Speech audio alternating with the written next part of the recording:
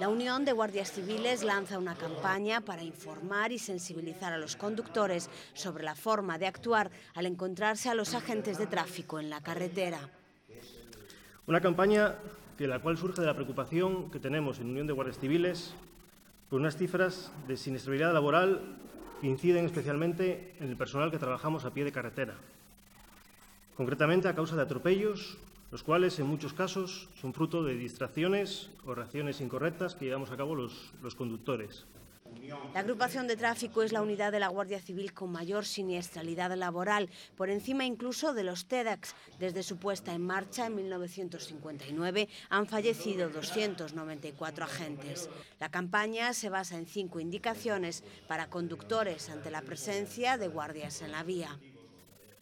La distancia lateral de seguridad con los agentes cuando están en la vía, respetar la señalización, adecuar la velocidad a las circunstancias, pues, que se modere de forma progresiva la velocidad. Evidentemente, los frenazos en la vía son peligrosos.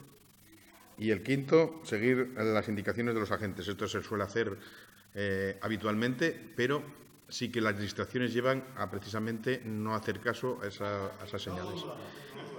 A mayores piden a la DGT que dote a cada agente de la agrupación con un chaleco antibalas, teniendo en cuenta la situación de alerta 4 en la que está el país. En estos momentos hay 6 chalecos por cada 30 agentes.